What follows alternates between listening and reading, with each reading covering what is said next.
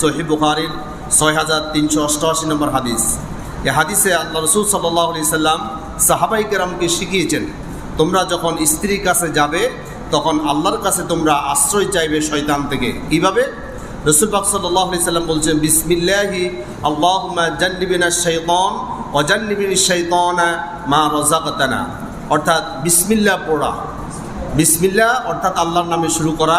আল্লাহুম্মা, হে আল্লাহ, জান্নিবিনাশ শাইতান, শয়তানের সকল কুমন্ত্রণা থেকে, সকল ওয়াসওয়াসা থেকে, সকল ধরনের গ্রাস থেকে আমাকে এবং আমার স্ত্রী অর্থাৎ আমাদের উভয়কে আপনি শয়তান থেকে হেফাজত করুন। অজান্নিবিশ শাইতানা মা রাযাকতানা। এবার দ্বারা আমাদের এই দুইজনের মাধ্যমে আপনি যা কিছু আমাদেরকে দান করবেন, অর্থাৎ যে সন্তান আপনি আমাদেরকে দান করবেন, ওই সন্তানকেও আপনি শয়তান থেকে রক্ষা করুন। এই চমৎকার দোয়াটা করা দরকার আছে না ভাই?